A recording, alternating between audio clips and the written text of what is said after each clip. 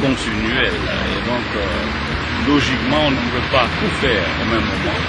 Les défis étant énormes, et la province du Maniema avait déjà bénéficié dès 2008 de quelques engins qui ont été complétés avec un programme mis en place à fin 2010 par les nouveaux équipements qui viennent d'arriver. Et comme je l'ai toujours dit, il y a un temps qui est requis techniquement pour pouvoir se mobiliser sur un chantier, étant donné que les délais de fourniture des équipements est généralement de 18 à 24 mois. Donc aujourd'hui, ce sont des actions qui ont été menées à fin octobre, qui sont en train maintenant d'être matérialisées en termes d'équipements. Ainsi donc, le combat pour le désenclavement de la province du Maniema se poursuit. Et pendant ce temps, dans la ville-province de Kinshasa, la réhabilitation des avenues s'est poursuivie. Aujourd'hui, c'était le tour de l'asphaltage de l'avenue Père Boka dans la commune de la Gombe. Travail exécuté par l'Office de route et drainage, par l'Office de voirie plutôt et drainage OVD, sous la surveillance de son directeur général Benjamin Wenga Basoubi, qui était sur le terrain ce dimanche pour inspecter les travaux. Blaise Aïnda était dans sa suite. Un dimanche consacré au travail, c'est une phrase devenue ordinaire pour l'Office de voirie et drainage OVD, dont les engins et agents ne connaissent point de repos ces derniers jours. La cible, avenue Père Boka dans la commune de la Gombe ce dimanche où l'on pose la couche d'asphalte. Travail financé par le gouvernement congolais et remis à l'Office de voirie et drainage pour donner une impeccable allure non seulement à l'ancienne Kadina, mais à toute la ville de Kinshasa. Et les choses évoluent bien. L'opération s'appelle Trou Zéro. La machine est en marche sous les regards minutieux du directeur général intérimaire de cette entreprise, Benjamin Wenga Basoubi, qui vient naturellement s'assurer du bon déroulement de ses travaux. L'échange est franc avec ceux qui exécutent ces tâches. L'asphaltage se déroule bien et ne prendra que 48 heures. Tous les détails sont suivis de très près par le directeur général. Nous sommes en train de faire des travaux de renforcement chaussée. Nous avons commencé avec la couche de prévention. Maintenant, nous sommes en train de renforcer avec les arbres. Couche de roulement. On parle des jours. Nous avons commencé aujourd'hui. Nous avons terminé lundi. Travail abattu merveilleusement et avec dextérité, de quoi étonner la population quinoise. Ici, en tout cas, c'est génial parce que je viens de constater d'autres choses que je ne voyais pas auparavant. Et je vois la ville de Kinshasa, c'est transformé. Et d'un seul coup, en tout cas, je ne peux pas comprendre.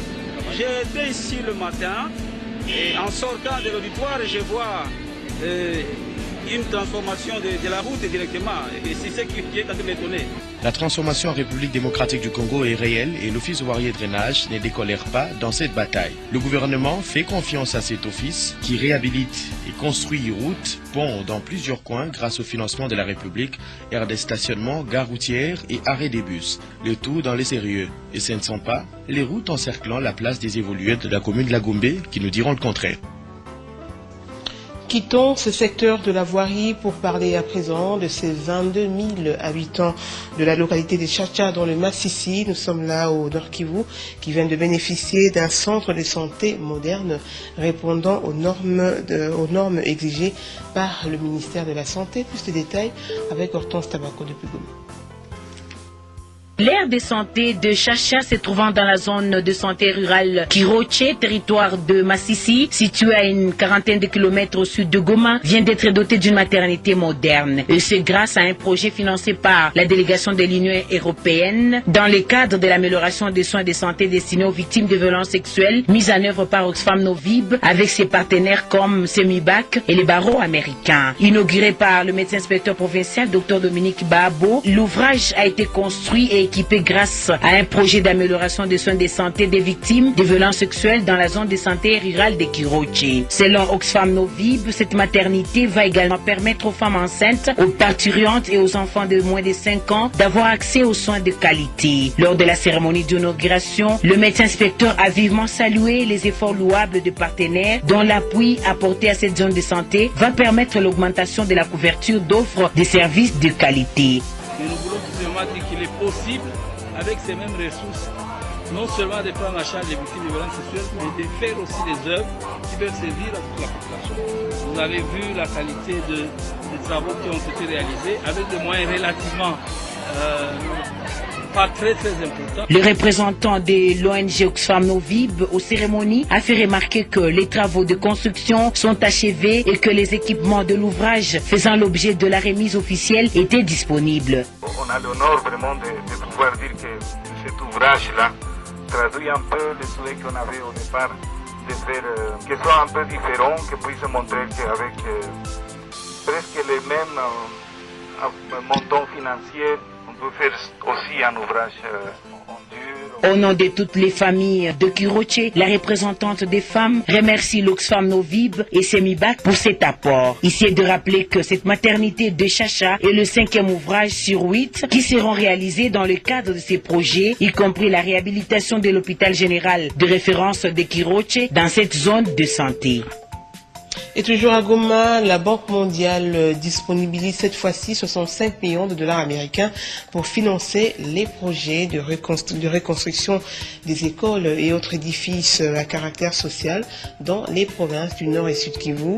C'est Madame Morizia Tovo, spécialiste en chef chargée du développement social de la Banque mondiale, qui l'a annoncé à Julien Paluku, gouverneur de la province du Nord Kivu. Un propos recueilli par Espérance Daniel Kaboul. Et je suis venue ici avec une équipe de collègues, nous sommes 6 en total. Il y a 2 collègues qui sont ici surtout pour réévaluer la situation sécuritaire et nous espérons avoir le feu vert pour pouvoir revenir ici. Autrement, ma mission c'est un peu une exception. Et heureusement, je suis la mission de mon président. Et nous sommes là pour commencer la préparation d'un projet de reconstruction et stabilisation de l'Est. Mais globalement, d'un côté, c'est l'appui aux communautés pour les accompagner dans un processus de gestion de conflits, de médiation, d'apprendre à vivre ensemble même si on est différents. Et tout ça quand même en appuyant aussi de manière plus concrète aussi les communautés avec, je ne sais pas moi, les réparations d'un pont, du toit de l'école, quelque chose de concret justement pour améliorer la vie dans les villages. Et de l'autre côté aussi aider les gens à pouvoir se prendre en charge, à avoir des emplois. Donc d'un côté des emplois aux intensités de main-d'œuvre, des travaux publics, de l'autre côté aussi des activités génératrices et revenus. Nous démarrons maintenant, c'est un projet qui va être préparé avec une procédure d'urgence. Il faudra au moins 6 mois quand même. Et en ce jour dans les Katanga, le vice-ministre des Finances, Roger Chulungu, a profité de l'occasion pour sensibiliser les régies financières à lutter contre le coulage de recettes. Sa principale mission consistait à cerner les difficultés qui rongent ce secteur de mobilisation de recettes dans la province du Katanga, conformément à l'objectif de doublement des recettes de 2013. Plus de détails avec Rita Vitotachika. Le séjour du vice-ministre des Finances Roger Chulungu dans les Katanga était une véritable occasion pour lui de palper du doigt les réalités des travail au sein de 3 directions provinciales de toutes les régies financières. Autant de difficultés ont été soumises à l'autorité de tutelle, le cas de la Direction générale des impôts, où le directoire provincial a plaidé pour la mécanisation de nouvelles unités et la construction d'un bâtiment devant abriter les différents services de cette régie afin de mettre les agents dans de bonnes conditions de travail. Le vice-ministre a par ailleurs annoncé la décision prise par le ministre délégué en charge de finances de procéder à la permutation de tous les vérificateurs ayant plus de 3 ans dans un lieu et la remise à niveau pour certains qui accuseraient une faiblesse. À la Direction générale de recettes administratives, domaniales et de participation et à la Direction générale des douanes et accises, le vice-ministre Roger Chulungu a salué le management de leurs 2 directeurs qui déploient des efforts constants pour que le travail de la mobilisation des recettes soit bien assuré. Le vice-ministre Roger Chulungu était allé jusqu'au poste douanier frontalier de Kasumbalissa à la frontière entre la RDC et la Zambie. L'autorité a été impressionnée par le travail abattu dans la salle de contrôle, une salle équipée de caméras qui assure le contrôle à l'entrée et à la sortie de marchandises pour éviter tout détournement. L'essence de management, sur le leadership du directeur canadien, l'organisation du travail, l'assiduité des agents, tout cela s'est traduit dans la mobilisation des recettes. Aujourd'hui, la province du Katanga se classe la première parmi les provinces de la République dans la mobilisation des recettes. Le vice-ministre a clôturé son inspection par la visite du guichet unique et scanner de la DGDA à Kasumbalesa. Et dans le Bandundu, le gouverneur Jean Kamissendu a organisé une matinée de réflexion avec les médecins dans sa résidence de Bassoko. Ils ont passé en revue tous les problèmes liés à la santé et également de la partie les partenaires à la santé. Olivier Confi a pris part. C'est une journée exceptionnelle pour le gouverneur de province du Bandundu, Jean Kamissendu. Sous sa paillote, ce sont de médecins, chefs de district, chefs de zone, ainsi que de partenaires à la santé, invités à un déjeuner par l'autorité provinciale. Ces médecins ont passé plus de jours à Bandundu à un atelier du comité national de pilotage, au cours duquel ils ont traité tous les dossiers relatifs à la santé. Didier Tchikissa, ministre provincial de la santé, circonscrit les cadres. C'est une matinée de réflexion dans le cadre de suivi des recommandations d'abord du comité national de pilotage et plus précisément avec l'alignement des partenaires au PNDES. À travers le mot de bienvenue de partenaires, ils ont relevé certaines défaillances constatées à la qualité des prestations. Excellence, Monsieur le gouverneur de province, toutes les réflexions initiées au niveau central et provincial ont pour but d'induire les changements attendus par notre population dans la manière et la qualité de la prendre en charge sur le plan de la santé. Ainsi, la qualité des prestations des structures du niveau périphérique, c'est-à-dire les bureaux santé, les hôpitaux généraux, les centres de santé, devait être au centre de toutes nos actions. Jean Kamissendu, gouverneur de province du Bandundu, a garanti leur sécurité.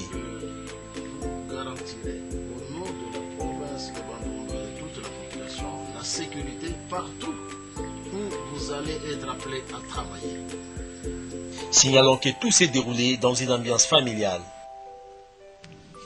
3 jours d'échanges scientifiques dans le domaine de l'imagerie médicale ont sanctionné les travaux du 10e congrès de la Société des radiologies d'Afrique noire francophone et son 5e symposium d'imagerie médicale, des travaux qui ont eu le mérite de renforcer les capacités de radiologues en vue de rendre l'imagerie interventionnelle une réalité quotidienne. C'est le ministre provincial de la Santé qui a procédé à la clôture de ces travaux.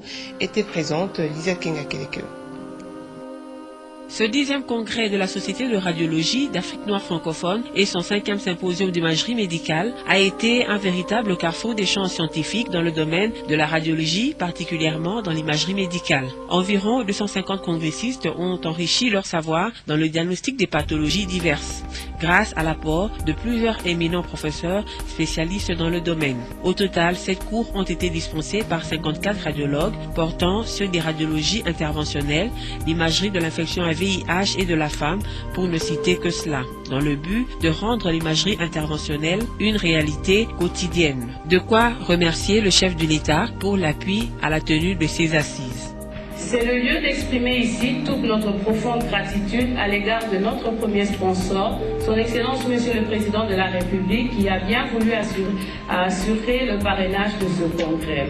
Nos remerciements vont également à l'endroit de toutes ces nombreuses personnes, hommes et femmes de bonne volonté, qui ont soutenu financièrement ou matériellement ce congrès. Procédant à la clôture des travaux, le ministre provincial de la Santé s'est réjoui de la tenue de ce 10e congrès à Kinshasa et a souligné que cela suscitera plus d'engagement dans l'amélioration du système de santé dans le pays.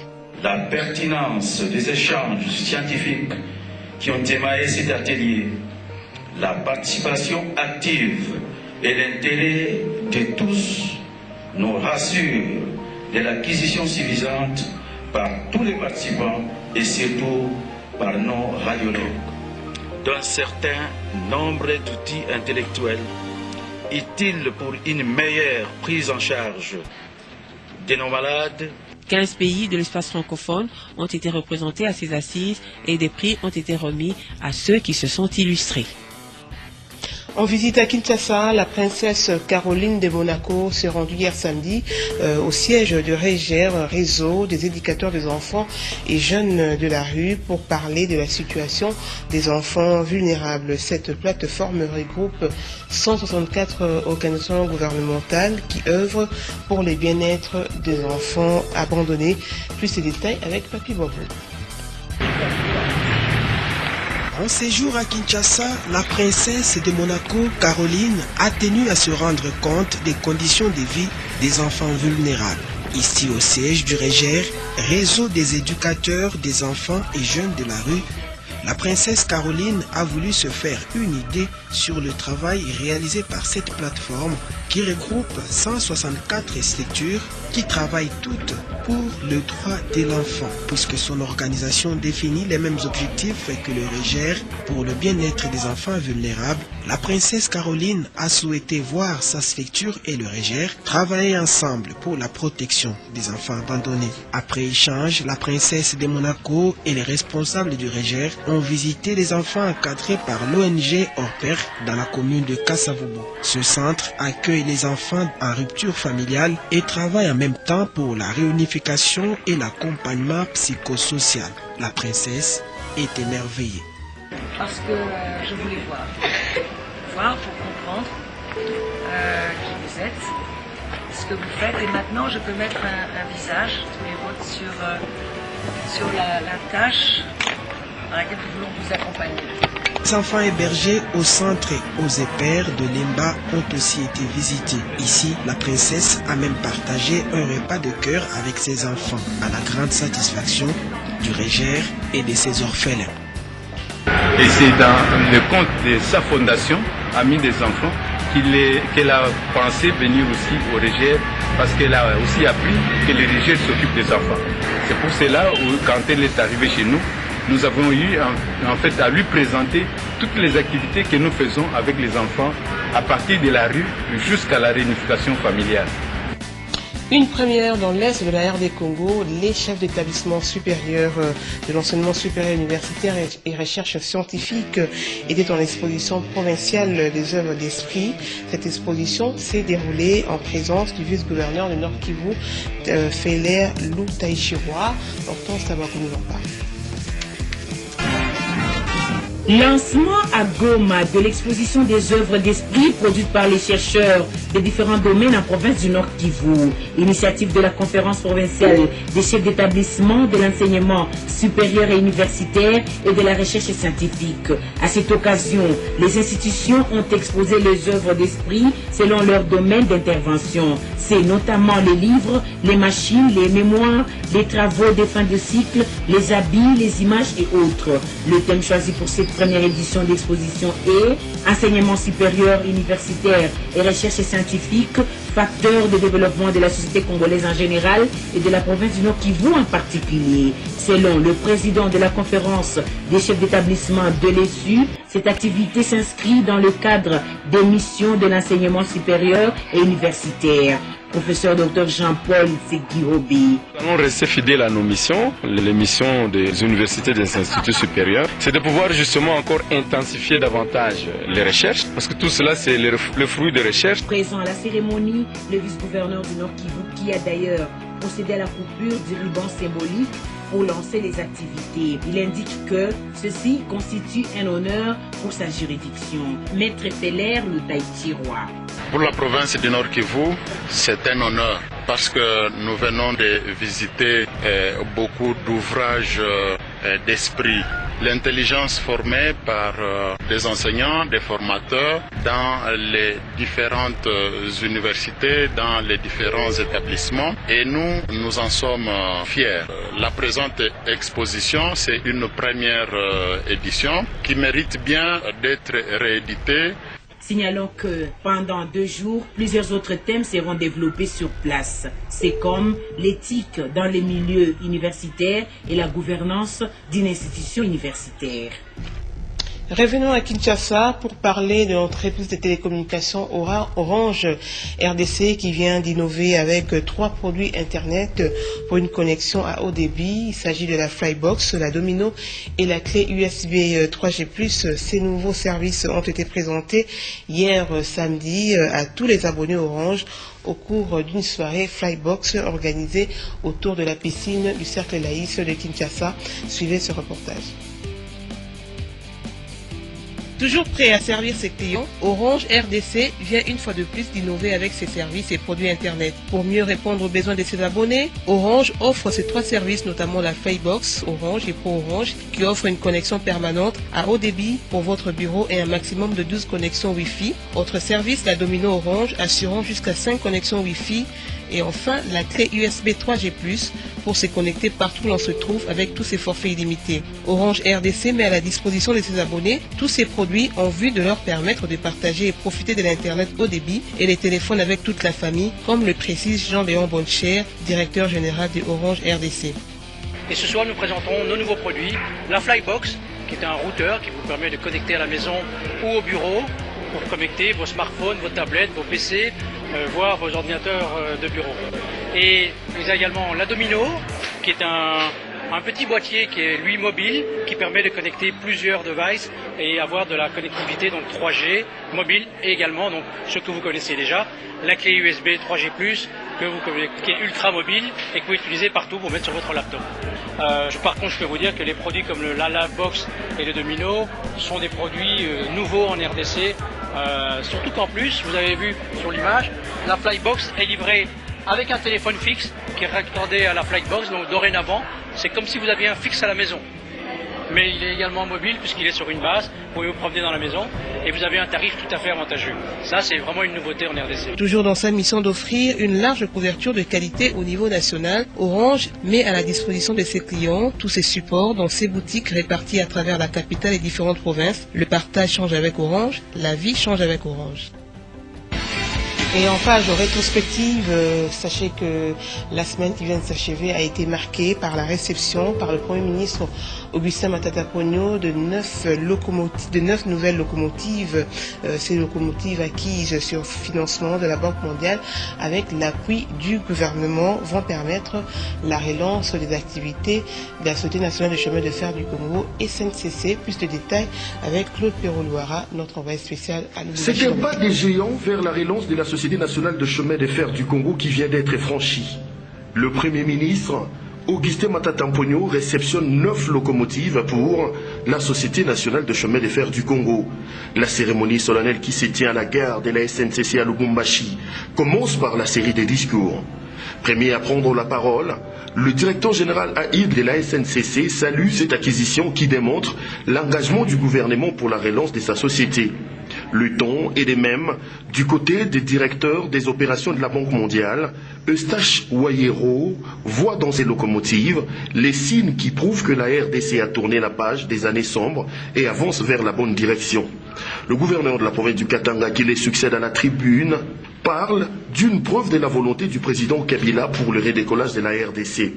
En Swahili, la langue du coin, Moïse Katumbi Chapoe saisit l'occasion pour appeler le personnel de la SNCC au calme et à l'esprit des sacrifices, les invitant ainsi à ne pas céder aux sirènes des ennemis qui appellent au mouvement des soulèvements et des grèves. Série de discours terminés, les premiers vrombissements des engins retentissent à la gare. Augustin Matata Ponyo, debout, observe les premiers mouvements de ces 9 locomotives. Le Premier ministre va par la suite les inspecter de fond en comble pour s'assurer de leur bon état. Financé par la Banque mondiale avec l'appui du gouvernement de la RDC dans le cadre du projet transport multimodal, l'acquisition de ces 9 locomotives fait partie d'une série. 2 autres sont attendus d'ici la fin du mois de juillet, 18 pour 2014 et 10 avant la fin de cette même année.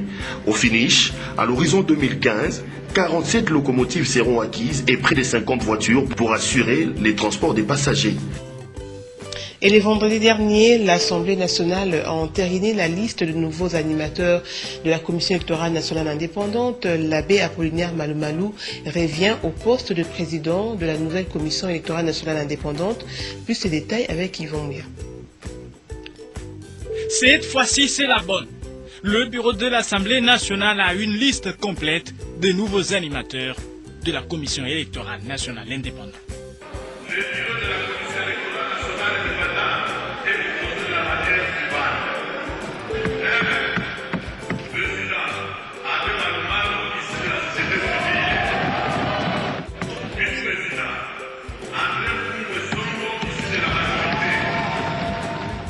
Le grand retour de l'abbé Apollinaire Malou Malou, présenté par les confessions religieuses au sein de la composante société civile, l'ancien président de la CEI revient aux responsabilités aux côtés des 4 représentants de la majorité et 2 de l'opposition. Ne dites pas surtout à la majorité que Malou Malou est son choix. La majorité n'a pas choisi Malou Malou. Malou Malou a été choisi par la société civile et conformément à notre loi sur la CENI, aucune composante ne devait s'immiscer sur les choix des candidats. La majorité a pris acte du choix de la société civile et la majorité espère que la personnalité nous proposée par la société civile, qui est Malou Malou, va faire en sorte que nous ne connaissions plus les problèmes de 2011. Dans l'opposition, on prend acte avec prudence. Nous devons faire confiance au bureau parce que le bureau est composé des membres aussi bien de l'opposition que de la majorité. Même si nous disons qu'il nous mettait un bémol sur la candidature de Malou Malou, qui s'est engouffré dans la composante société civile. Mais nous allons faire confiance et nous allons pousser ces bureaux à bien travailler, à ne pas tomber dans les erreurs du passé, les erreurs de la CENI, à privilégier l'intérêt général pour que finalement le gagnant soit tout simplement le peuple congolais. Que ces filles durent pour en arriver à ce résultat. Pris par le mécontentement de toutes parts, le bureau de l'Assemblée nationale a réussi à faire des arbitrages pour rassurer notamment la représentativité de toutes les provinces ainsi que de la femme au sein de la Commission électorale nationale indépendante. Voilà, mesdames, messieurs, c'est par cette page rétrospective que nous refermons cette dernière édition d'information de la soirée sur Digital Congo. Merci de l'avoir suivi. Retrouvez demain à 9h Léoline Dakikela.